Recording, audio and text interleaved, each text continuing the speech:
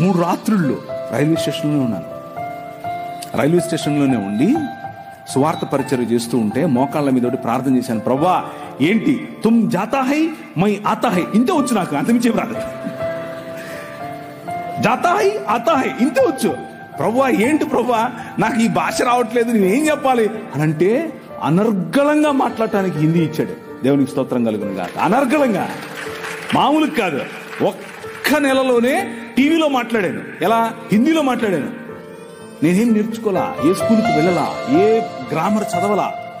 కానీ వాళ్ళు నన్ను సౌత్ ఇండియన్ అనుకోరు.